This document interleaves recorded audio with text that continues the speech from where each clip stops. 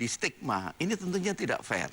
Ya. Lain kalau saya kemudian tidak datang ke rumah korban, tidak membantu mereka, tidak mengeluarkan rekomendasi pemakaman kedinasan, Ya, saya itu rasa, berarti saya berpihak. Ya, tapi saya rasa itu sebuah tugas yang itulah gunanya Kompolnas.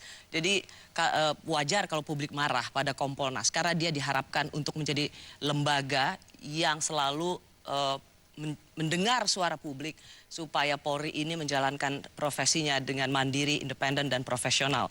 Pak Beni, ketika Pak Beni mengatakan, oh iya karena terjadi pelecehan seksual.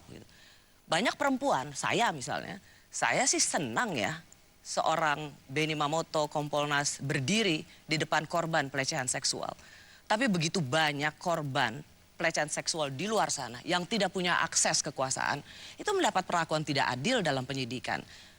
Kini Kompolnas berdiri paling depan bicara soal korban pelecehan seksual. Karena istri jenderal, mentang-mentang istri jenderal baru sekarang Kompolnas bicara soal korban pelecehan seksual. Ingin tahu yang kami lakukan? Kami bekerja sama dengan Komnas Perempuan, KPAI, sangat mengatensi kasus-kasus yang menyangkut pelecehan seksual, kemudian kekerasan seksual terhadap anak dan perempuan. Saya tidak melihat ada buktinya bahwa... Kasus Jombang kami turun.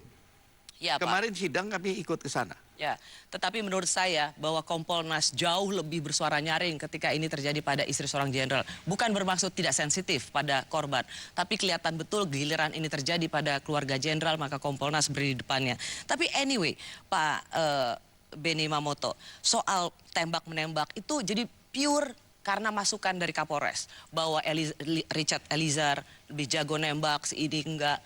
Itu betul-betul karena feeding dari Kapolres. Iya. Bapak tidak ngecek lagi di Brimob siapa sebenarnya jago nembak? Sebentar, setelah itu dalam perjalanan kami mulai ngecek, cross-check data ke sana kemari temuannya berbeda. Jadi kami tidak berhenti selesai ngomong gitu terus nggak kerja, tidak.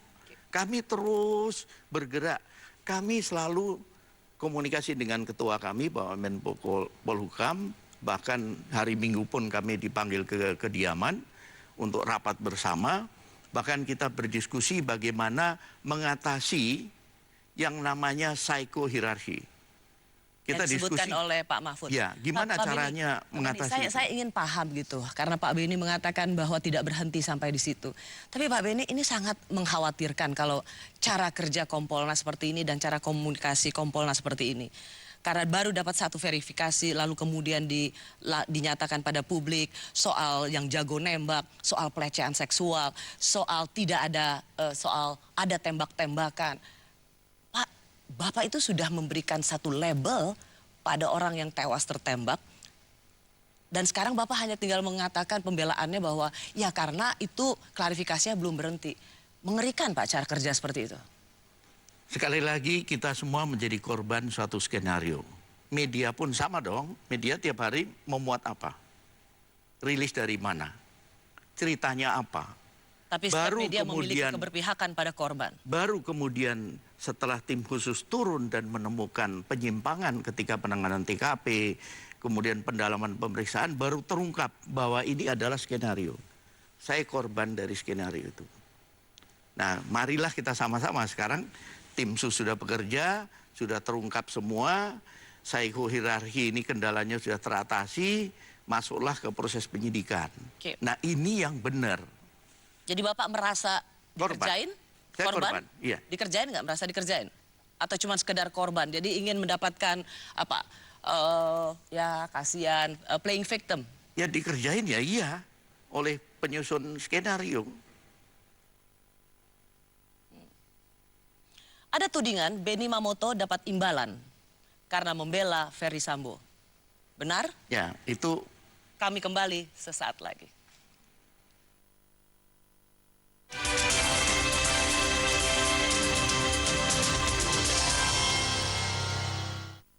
Kebas dan kesemutan akibat kurang vitamin neurotropin.